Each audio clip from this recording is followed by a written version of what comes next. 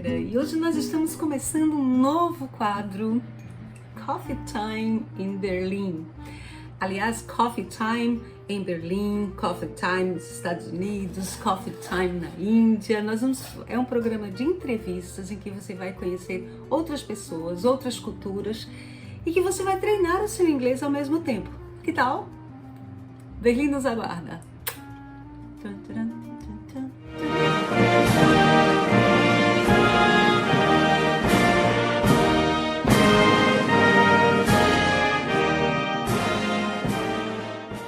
Então, meus amores, hoje nós vamos conversar com Ítalo Leles de Vietro, um engenheiro de software que está em Berlim. Você vai conhecer um pouquinho mais de sua história, sua experiência e um pouquinho da cidade também. Vamos lá? Okay. Hi. Welcome. Thank you for accepting our invitation to talk about Berlin and your experience in living abroad. So, I'd like to start to know you, introducing yourself and say something about moving to Berlin. Yeah, sure. Absolutely. Well, glad to be here, first of all. And so my name is Italo. I basically work here in Germany as a CTO. So CTO stands for Chief Technology Officer. I work in a health company here in Berlin. I live here for about 5 years, more or less, almost 6 now. So it's been definitely a while. Yeah. Oh yeah, sure. So how was your experience living abroad? Because it's completely different from Brazil, isn't it? So I would like to know your experience different. of why Berlin, why Germany, you know? How right. So I mean, it's definitely different than, like Brazilian culture and everything. Why Germany? Well, I think Germany, first of all, I always loved the culture overall. When I was, a little kid, I always started looking into the Second World War and the First World War. And obviously Germany was always involved in that. Yeah. And I always loved maps, and I loved European history and this kind of things. And eventually my father went to Germany for a job opportunity as well. He went there or he came here actually, for I think about 6 months. So it wasn't really a big time. Mm-hmm. But he sent me a lot of postcards. We didn't really have internet at the time. But he sent me some postcards, and with that, I started looking into these new pictures of a new country, which is totally different than Brazil. They had snow and everything, and I was like, "Well, this is cool. This is super awesome." Mm-hmm. But this was back in 2001, and then eventually, the World Cup happened in 2006 here in Germany. So I got really more into it, and even before that, basically, you gave me a book to study. To study the German language. Who gave you? My mom. Oh, really? Yep. Gave you a book. So yeah, it gave me this book. I think I still have it somewhere here. Really? But yeah, then I started learning a little bit about the language. So the German language obviously is a very hard language overall. But it already got me into it, and then I start learning a little bit about it. Eventually in 2006, World Cup happened, and I was looking into the new cities, the stadium, and Brazil was actually in a city called Leipzig here in Germany, mm-hmm. Which I was fortunate enough to actually visit these days. And then basically I started getting into this culture more and more. But then eventually, I just wanted to come here for actually as a tourist, not really to live. But the job opportunity came at some point after a while. So, and then I just took the opportunity and did all the interviews, and then actually moved to Germany. So that was the main reason. That's what I want to know. How did it happen? Because you were in Brazil, you like the culture, but how do you get the point to go to Germany? Why? How it happened? Yeah. yeah, like as I said, like all of this before was why I really wanted to come to Germany, but not really to live. So yeah, eventually, so I was working in Brazil. I was working as a software architect, and IT it brings a lot of opportunities, of course, across the world. Doesn't really matter where, and that's great. Like, you know, programming, especially, that makes life easier for you to move around with a single language, with English especially. So basically what happened, I had my curriculum in LinkedIn. So I have all my CV in LinkedIn. LinkedIn for me, it's a great platform for, you know, like if you want to expose yourself a little bit more, you know, like professionally speaking, LinkedIn is definitely one of the best ones that you can choose. And after that, so I received this job opportunity to go to a company in London. That was the first place where they actually offered me this. Really? So the company was called Rocket Internet. It's a very big company here in Europe. So they offered me this job position in London, and of course I wanted to be part of that. Sure. But then afterwards, they looked into my profile and they said, yeah, you know what? Your profile actually fits more in a company back in Berlin. Would you like to be part of this, you know, recruitment process and see how it goes? And I was like, yeah, absolutely. So we started the process, and, you know, a few interviews here and there. Eventually, after all the interviews, then I received the offer. Online interviews, just online interviews. Yeah, everything was online because they didn't really fly you in. So it was just online. So after I passed the interviews, they gave me the offer, contract came, and then I review it to the best that I could and sign it, right? So after that starts the visa process, which is, you know, it's very cumbersome and it takes a lot of your time. But overall, I can say it was an okay process. It wasn't really smooth, but it was an okay process. And it took me about 4 months after I actually accepted the offer. So I accepted in around December, and I moved in May, almost in May. And December the 15th. So it took a while. Yeah, it took a while. And after that, then basically I came to Germany. There were a lot of different things, obviously, in this whole process. But what made me a little bit more, let's say, you know, like calm in the whole process, I think it was the English language overall, because I was pretty comfortable with speaking English at the time. And even though I didn't really practice much, I had a lot of opportunities to listen to English and to be immersive in this whole English culture, which made this opportunity very apparent for me. So that was great. Let me interrupt you for a while. You said that you had many opportunities to practice your English. So how did you learn it? Just share with us your experience with the English language, because we have some students here that they are studying English. Some of them already speak English well, but I would like to know your experience or learning the language. Okay. Yeah. So actually, everything again started when I was very little, which made things easier for sure. So my mom, she normally spoke to me in English when I was a child, which already gets you into this immersive kind of atmosphere to try to learn English, right? Subconsciously, you start thinking about English, and that really helps. But at some point when I was growing up, I just got tired of English because, you know, like I was growing up, my friends didn't really speak English. Everyone was speaking Portuguese. Obviously, I was in Brazil. Yeah, sure. So I wanted to stop.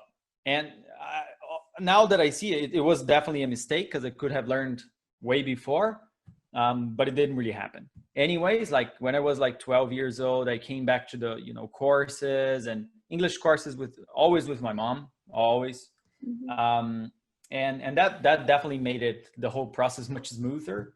But basically, also other things really, you know, played a part on this, which was watching movies in English all the time, with starting, of course, with Portuguese subtitles and then changing to English subtitles. watching a lot of TV series that really helped, music. And eventually, as I said, like I changed the whole atmosphere. So I started using computers in English, cell phones in English, and that really helps. And I start reading books in English as well. So I started buying books in the bookstores back in Brazil, in English if possible, and then trying to get more vocabulary into my day-to-day life. Unfortunately, I didn't really have many people to talk in English, but still, like, I had a lot of online games, and I really love to play online games, and that helped me to practice at least the writing in English. But the vocabulary and the, let's say, the accent part of it, that was more practicing afterwards anyways. So yeah, like being immersive into that really helps. Okay, so let's go back to your moving to Berlin. Okay, so now you are in Berlin. Tell me about it. Right. Moving to Berlin. So as probably moving to any country is always quite challenging in the beginning, because you don't know the culture, you don't know the rules, you don't know the bureaucracy, you don't know anything. So I just arrived. First thing I had to find out was a flat. That was the first thing. So the apartment. I came to a temporary apartment. I stayed in this apartment for like a month.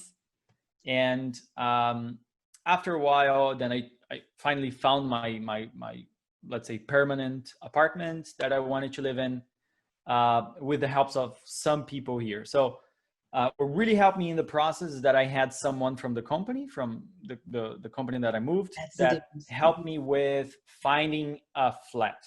So when you moved, you with a contract, you had a contract to work, a work contract. Yeah, I did. Okay, good. Yeah, I had the work contract. So I arrived, I had my visa, so I passed in the immigration and everything was fine. Arrived in Germany, got into a cab, and then moved to the city center and tried to find where my flat was. Wow. When I found my flat, like when I just got in the flat, everything was already different. Like there was heating. I didn't know how heating worked, because we don't have heating in Brazil normally. And I didn't really know how that worked. So I had to get in. Keys were totally different, like doors in Germany, like the simple things make a huge difference. Doors don't really, open from outside. They just open from the inside. That was weird. I was like, okay, how do I get in? So it took me a while to actually figure out that I had to put the key into the locker and then actually turn it to the side, and then it opens. The apartment was very old, was from the I think it was before the war, like 1935 or something. So those things were super cool, but at the same time, like very different. Did you feel scared about things in general? How did you feel? How old were you when you had this experience? I think I had 24, more or less. 24. About 24. Definitely 24. Yeah. And I think I was kind of, I wasn't really scared when I arrived. I was okay. I think the scary part came afterwards, like after the first night when I realized that I actually moved. That was the scary part. Like before, on the first day, I was in a shock that I was actually not even tired. When I arrived, I actually moved. Excited with everything new. Yeah, I was super excited with the opportunities. So I was like, okay, cool. I'm in Germany. I'm listening German. That's great. Different country. I've never went out of Brazil to anywhere, not even for a trip. Yeah, it was like a dreaming kind of thing. And eventually, on the second day, then it hit me, and I was like, okay, I'm in Germany. I have no idea where I can buy food or anything. So I had to find a supermarket. At that point in time, not many people spoke English because, cashiers in the supermarket, they're not really comfortable with English. These days they are, but not before. And that was the point in time where German actually helped me. Like the little German that I knew was super helpful in the beginning, because I at least knew how to understand numbers and prices and basic words, and that was great. Anyways, after that, then yes, moving to Germany, like huge cultural shock, because you don't really realize in the first 2, 3, 4 weeks even, the cultural shock that it will go through. Like it comes after a first month when you receive your first salary, when you have to open a bank account, you have to figure it out, your health insurance, because here we have more than one health insurance that you can choose from, public health insurance. And then you start going into the German bureaucracy, which is very, very difficult. Like, really? We think Brazil has bureaucracies because you don't know Germany. Germany is way more bureaucratic, but things work. That's the difference. Really? In Brazil, it's debatable, but in Germany, definitely they works. Have a lot of bureaucracy here. Yeah, no, here is way worse. But bureaucracy in a good sense, like it's there for a reason, and you just have to follow it. If you have all the papers, nobody will. Okay.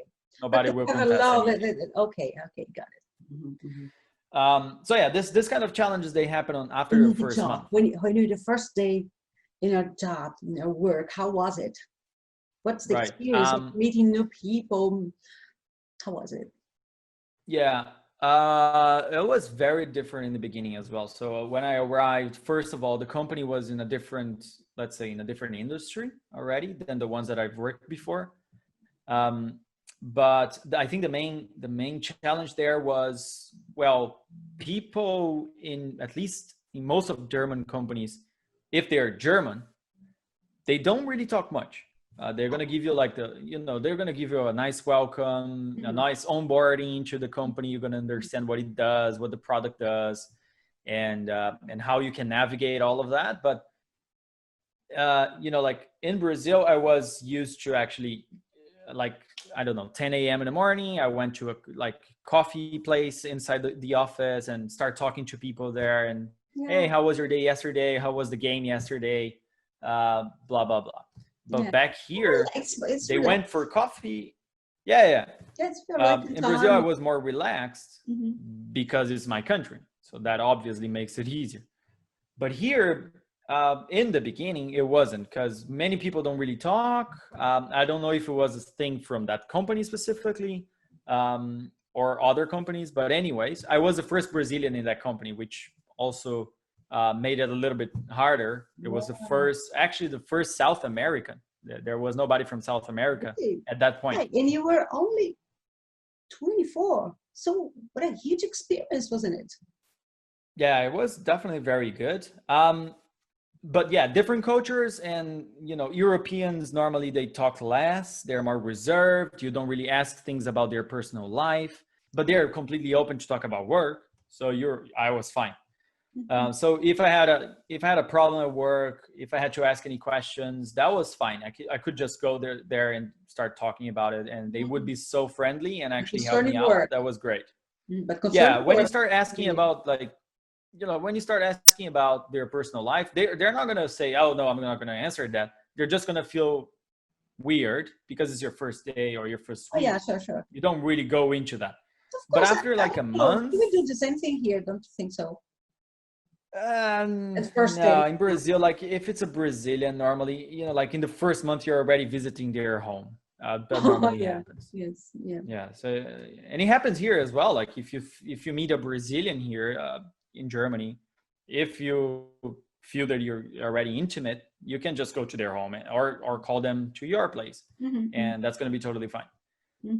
But it doesn't happen with Germans, at least. So Germans are more reserved. But you have other people. Like I had other people from Cuba, from Venezuelan after I arrived, and then things start to feel a little bit different because you have more cultures. People from the U.S., which are also super friendly and very talkative, and when you have people from the U.S., from the Americas overall, mixing up with Europeans, then things starts heating up, and you start actually having these talks and this coffee time, but it's different. Like they like you can go to a coffee shop here and have a nice coffee during work and then go back to work, and that's fine. So there is not at least in the industry that I work, there is not this control of time, which time you arrive, which time you leave from work. It's pretty flexible because they trust you, and until you break that trust, you're fine. But if you break that trust, then you're not fine anymore. That's the But work culture, I think that was the, let's say, the shock was about not having enough people to talk to in the first month. I felt pretty alone in there, but after the first month, then things really pick it up, and I was much more. How do you think? And how is the situation now after 5 years? Right. Now is much different, because doesn't matter if I go to a more German company or a more international company, I can navigate that much easier because I know the ways now how to deal with multiple kind of culture, multiple kind of people. It's amazing.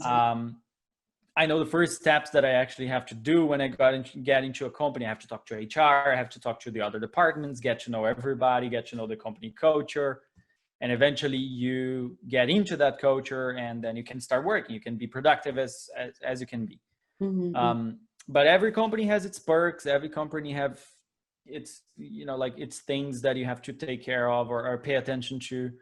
And I've worked in 3 different companies here in Berlin. Like the first one that I arrived, I worked for 3.5 years, which was enough time for me to know almost everything. Then I moved to another company, it was in a fintech area, so all financial industry, very highly regulated here in Germany. So I had to learn about regulators, and now I'm in the health industry, which is also super high regulated. And you have to understand how health works. Oh yeah, I said again. No. The first one was food. Financial. No, the first one. It was e-commerce, mostly food related. Yeah.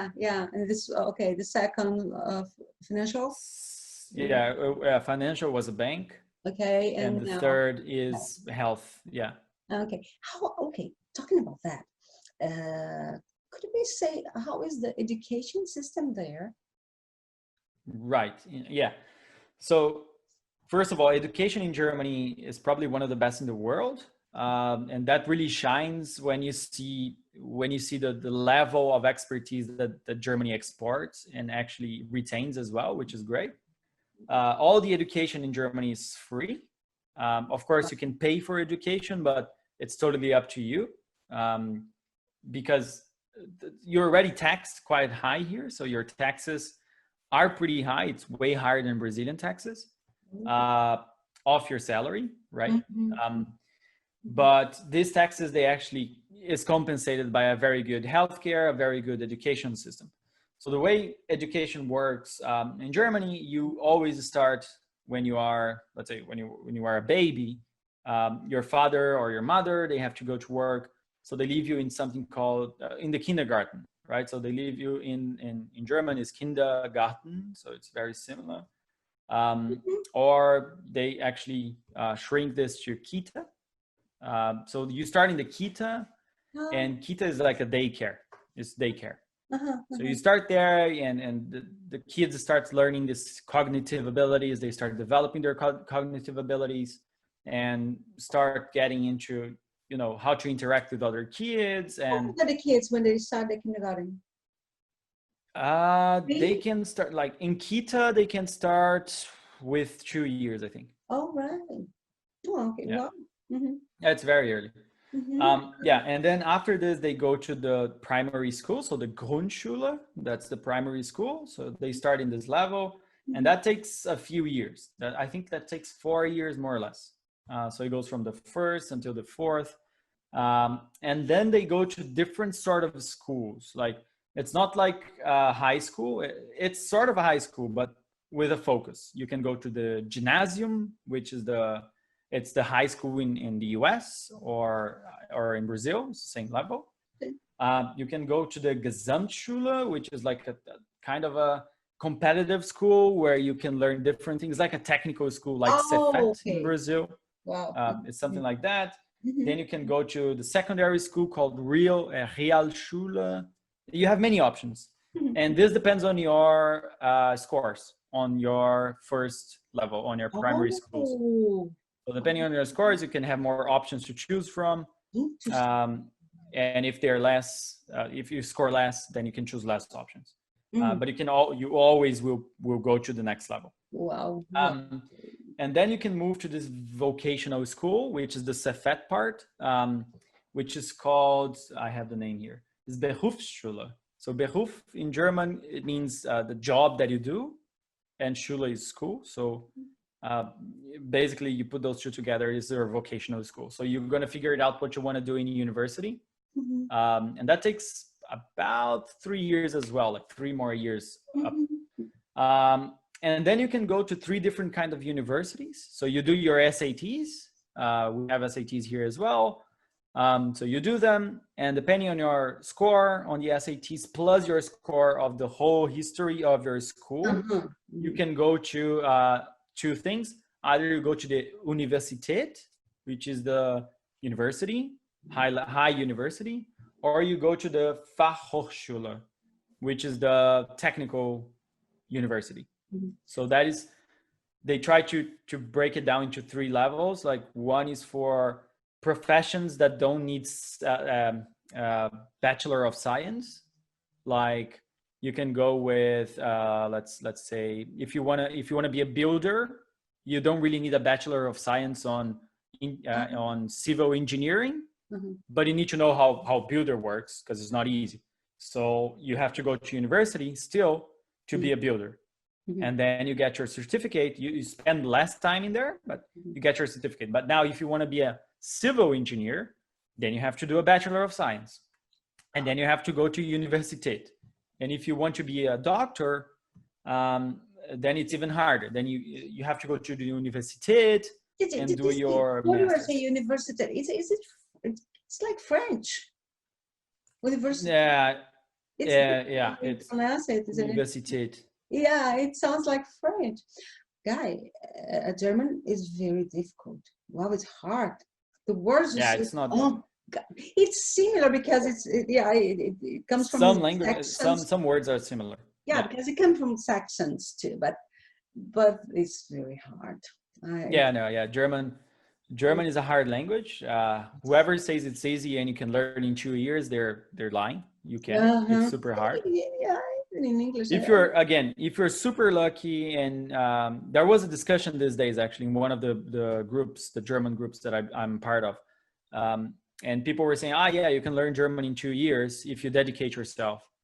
Not exactly. Even if you do dedicate yourself for 2 years living in Germany, you might not be able to speak fluently, because it's a hard language, unless you are super immersive. If you have a husband or a wife that are German and speak German to you every single day, or if you're taking care for a family, you're being taken care of by a family, by a German family, and you have contact with this family every single day and speaking German, you don't speak any other language, and you are working in German, then maybe in 2 years you can learn German. Wow. Otherwise, if you have to work and try to survive while learning German, it's definitely a challenge to be fluent in German in 2 years. Yeah. Okay. So let's keep in English. Better. It's safer. Yeah. And speaking English, you can go everywhere you went to. And absolutely. Yeah. With English, you can move anywhere in the world. Basically, it's the international language. What it's important is, doesn't matter which area you are, you have to understand your technical area and speak the vocabulary for that area, and then you're going to have a lot of opportunities. Yeah. Okay, about the work opportunities in Berlin. Right. Yeah, not only in Berlin, but let's say Germany overall. Like Germany is in a huge need of workers, especially high-skilled workers. That's how they call it. And high-skilled workers are people that work in tech, so IT, people that work in health, so doctors and nurses, architects, and civil engineering, chemical engineering. All of that is extremely high in high demand in Germany. It's for Brazilians to move to Germany, or people from South America. Normally they have to be a high-skilled worker, so either work in one of these fields and they can try to find a employer that is going to sponsor their visa. There's a lot of opportunities for this.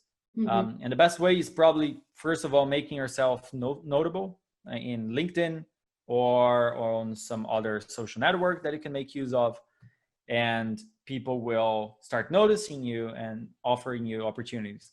But if you don't want to use that, basic, isn't it? Yeah, for most of it. Of course, if you're going to be a doctor, English is a must, but it's not enough.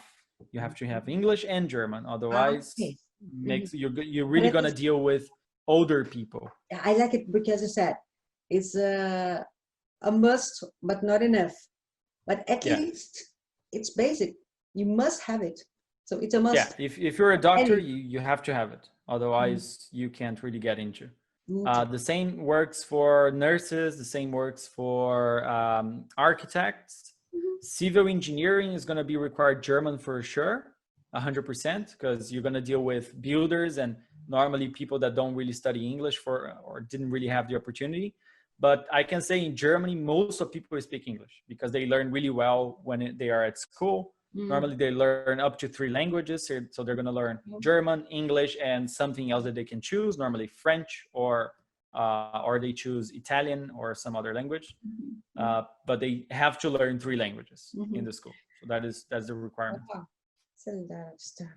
Thank you. Italo, after that, to have this overvision about everything, I would like to know a little bit about this period you're facing now, the difficult period of time now that you're faced with this pandemic. How are you facing that, and how this country is working on it? Right. Well, the pandemic, first of all, definitely changed the way Germany works overall, not only Germany, but the rest of the world. But specifically Germany, because I live here and I face the let's say the consequences of this pandemic. I think Germany really handled it well overall. We had a lot of cases, that's undeniable, but even with those high number of cases, Germany really went into a lockdown for real, and a lot of people respected that. So I think that was the main difference. Like, it went into this lockdown, and Angela Merkel, she was like saying, stay at home. And here, most people can stay at home. They don't need to go to work to actually produce something, because Germany is really already very into the remote culture, which makes it easier. But essential workers like healthcare and delivery people, those were the real heroes in the whole pandemic. Just like here, because they kept the economy working in Germany. So Germany has one of the lucks of being a very rich country, which also helps. But it's not really only because of Germany, it's because we have the European Union. And the European Union together, they had this plan where they invested a lot of money to save small and medium businesses. So you could apply as a medium businesses, you could apply for the emergency savings. And normally that savings would keep you going up to when the government cannot keep you anymore. So we didn't really have many people losing jobs because Germany basically came up with this concept of something called Kurzarbeit, which is a short time work. So you would reduce your work time, and the company would reduce your salary to 80%, not up to 80%, it would reduce to 80% of what you receive, and the government would pay the other 20% for you. So you wouldn't really reduce your salary, the company would reduce these costs that has with you. Good for both of you. Yeah, so for you, doesn't change anything. You actually work 1 day less, which is good for you. So you normally work from Monday to Thursday, but you receive full. So you receive 100% or 98% of your salary, which is great. So I didn't really got into that because my company didn't necessarily went through this. We weren't really affected by the pandemic because we're a health company, so we actually profit from it overall. You're working, it's a home office too? Yeah, currently it's home office, yeah. So this definitely changed the whole thing, because before I was working in the office, but that made us realize that we can actually be as productive, if not even more, by working remotely. So we're like, okay, let's actually, the tech team. Yeah, before the pandemic, we were in the office, but after the pandemic, then we realized that we can even be more productive being remote. I think it happened. Because we were already very prepared for it. And the tech department finally realized, okay, let's be all remote because we can work really well. Everywhere, you know, I think this is happening. Yeah, in most places, yes. But now we're going to be remote forever. So we're not going to go back, which, yeah, because we realize it's easier for hiring. It's easier for a bunch of things. It has its downsides, but the pros are much better. So this kind of meeting that we are having now, this kind of chat, you have all the time? Yeah, this is my day-to-day. Really? Wow. Yeah. So regarding the rest of the pandemic, so Germany handled it pretty well. It was having this huge aggressive testing. So testing a lot of people in the country. But I think what really happened was the country's culture, because a lot of people were actually staying at home. Nobody was actually breaking the quarantine to go out with friends. Like, of course, you could find this if you search for it. For sure, someone broke the quarantine. But this was the exception. You didn't see this happening all the time. Streets were completely empty. You would only go out to go to the supermarket. There was not a single soul alive in the streets. So that was great. And that really helped. It's hard. But unfortunately now, Europe starting yesterday or the day before, a second wave is starting in Europe. So cases are increasing in Spain, cases are increasing in Italy. And that is because we opened the borders again to countries from outside Europe. And naturally is going to grow. Do you think so? There's nothing you can do about it. In Spain, they're already closing it again. So in Spain, starting from today, nightlife in Spain is already gone. So they're stopped. In Barcelona, it's already gone. Germany, the cases increase. So we're almost at 1,000 cases per day again. But I mean, at least the interior minister said they're not going to close the borders right now. They're going to wait and see. But that's the thing. That's the thing with European unions, that you have different strategies for different countries, even though they are all united. If you see Sweden, for instance, didn't really do any lockdown, and it's a disaster in Sweden right now. So yeah, it depends really on the country that you are in. Even here in Brazil, you know that, don't you? Yeah, Brazil. I'm not even considering the Americas because that's a different story. But in Europe overall, that was the scenario. And in Germany, I think we handled pretty well. People respected most of the quarantine, or most people respected the quarantine. And even now that we're not officially in a quarantine, everybody's still required to use masks. So it's compulsory masks. So you have to use it. Doesn't matter where you go. If you go to the public transport, if you take a train, if you go by plane, whatever it is, you have to wear a mask. So yeah. Italo, wow, it's very different than things that we live here. We are facing the same situation, but with different actions, actually. So, but that's life. We have to live in it, with it. But thank you for sharing your experience. I'd like to know what suggestion could you give to our students that are starting? You know, they are starting studying. They have dreams. We have the pandemic, I know, but people don't stop. They don't stop thinking, they don't stop dreaming, and we can't do that. So what suggestion could you give us in order to continue studying? We are studying, we are having many classes on online classes. It's very, especially because of the pandemic, but it was nice because it opened a different way of life, a different way. Things, as I say, things have two sides always. We have the terrible side, of course, but it wasn't, you know, an opportunity to open the vision and see things differently, wasn't it? So absolutely.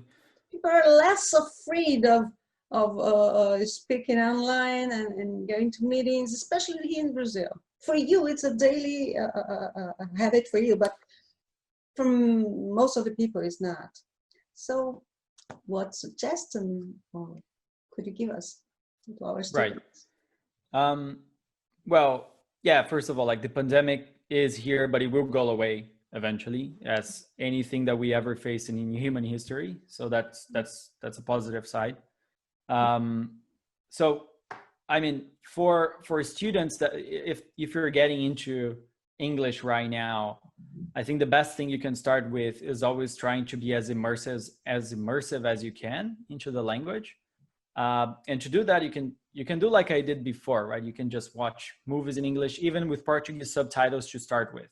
Choose your favorite series and, you know, put your TV series there and watch Friends, for instance, if you are into this.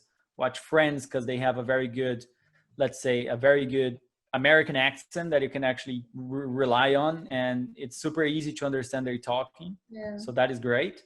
And then later you change the subtitles to English and you start getting the vocabulary into your head, and eventually take out the subtitles. So because then you're going to realize, yeah, you're going to practice your listening quite a lot, and you're going to practice your vocabulary understanding and know if you know what they mean.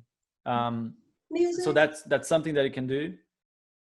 Movies, books. I think it's a little bit an advanced already kind of thing, because many people are not really into reading even in their own language. But if you are, that's something that you can make use of. We have some great books. I remember that we shared some. Remember The Last Photo, The Newsday in London, this kind of stuff. You have you have like these short books, stories. But I understand. But I understand this is something that you can do later. But you know, at least try to find something. I usually say, try to find something you really like doing. You enjoy. Yeah, that's the thing. If you comfortable. Yeah, if you don't like reading, then don't try reading in English, because it's not going to be an enjoyable kind of thing for you to do. So, but if you like watching TV series or movies, then maybe you want to try that out. Or, you know, even the YouTube videos are really great. Like a lot of people, I spend a lot of time in YouTube today. I don't watch TV really, I just watch YouTube. And the time that I spend there, if I can, I try to look for always like, you know, different channels, like English channels. I have German channels, I have Italian channels that I follow and I really like. So that's something that you can always try to go for. But it really depends on what you like. The thing is, always the rule is, try to be as immersive as you can. Try to listen the most out of the English that you can. You know, change your language in your cell phone. Seems like a small thing, but it really helps. Try to change your language in your smartphone. Try to change the language of your computer at home. Whatever it is, try to be as immersive as you can. And then you can move to other things. Then you can move into new waters and try to read a book and try to, you know, get an essay from someone and start reading it. It starts getting more complex, and then you get more vocabulary. But the best is trying to go into your technical vocabulary as well, like the field that you are currently in, and try to understand that. So that definitely helps. Plans for the future? Right. Yeah, in Germany, I mean, I love, it's a tricky question though. I love Germany. It's a great country. It's not a country that I want to retire. It's not the kind of country that I like to retire. Yeah, you have to think, if you're young, start thinking about retirement. That's the best thing you can do. But yeah, so I don't know. I probably don't want to retire in Germany, but I want to stay here for quite a long time. The only country that I would consider moving out of Germany is probably the Nordic countries. So I really like Denmark and Norwegian. So those two countries are great. Really? Yeah, but they're not very great for tech. So for IT. So they're great for other things. It's a great country probably to live in. But it's not really a country for my field. So it's going to be very unlike it. Yeah, no, for retirement, I think I want to go for something more close to let's say close to the Mediterranean Sea. So Italy or Spain, probably, or Portugal. One of those three countries are the ones that I would like to retire eventually. But this is far away, and I still have a lot to go through, and I want to go through it in Germany and in Berlin specifically, because Berlin is definitely the best city in Germany ever. So yeah. Okay. I have no words to express how I feel when I talk to you in English, especially when you're like exchange experience, because I started very early and I never thought I could be talking with my son this way. So it's a really God gift for me.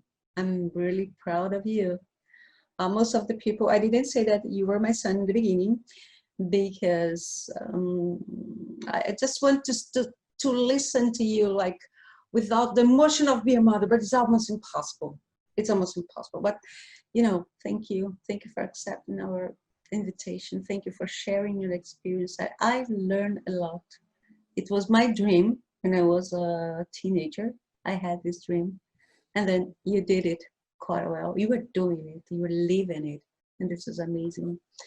Thank you very much. Cool. God bless you. Eu gostaria de falar um pouquinho em português para as pessoas perceberem que você também fala português. Fala. Porque é interessante que eles vejam que é possível sim. Quando você tem um sonho, quando você quer alguma coisa, é possível.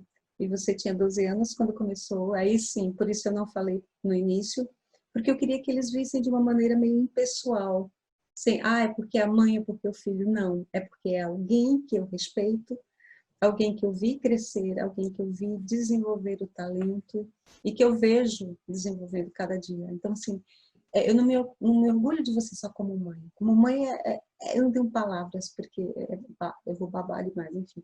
Mas como pessoa, acho que isso é muito bom. Essa experiência deve ser uma experiência fascinante. É uma experiência que eu sempre sonhei com ela. E viver, de uma certa forma, em você, me realiza também. Isso é muito bom. Então, eu queria que eles ouvissem você falando um pouquinho em português também. Sim. Você não me falou de onde você é, você não disse como foi, onde você cresceu, qual a sua experiência nesse sentido. Pode falar em português? Sim. Sim, então, eu sou de Curitiba. Eu nasci em Curitiba.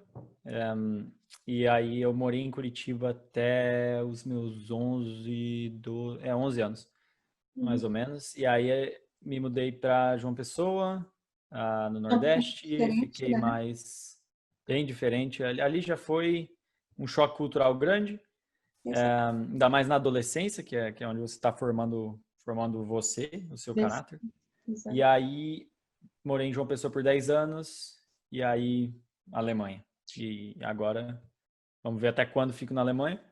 Mas sim, o inglês, assim, apesar de eu ter a mãe que ensinou inglês, que ajuda, sim, com certeza, óbvio, ajuda porque mantém você nessa cultura. Mas se você é um aluno que já está entrando no inglês porque você quer e porque você tem interesse, isso já é a maior vitória. Porque você está procurando aprender uma coisa que não é fácil, não vou dizer para você aprender inglês é fácil. Aprender inglês pode ser fácil se você quiser, mas é uma batalha como qualquer outra. Aprender qualquer coisa é complicado. Exato. E você tem que ter uma força de vontade e por você estar investindo o seu tempo em aprender outra língua, você já é vitorioso. Exatamente. E daí para frente, é só investir mais tempo que você vai ter mais sucesso. Seja onde for, seja no Brasil ou seja fora do Brasil. Não sei, tem gente que não quer morar fora e isso é totalmente louvável. Exato. Mas aprender outra língua vai te dar a oportunidade de conversar com pessoas de fora que vão para o Brasil.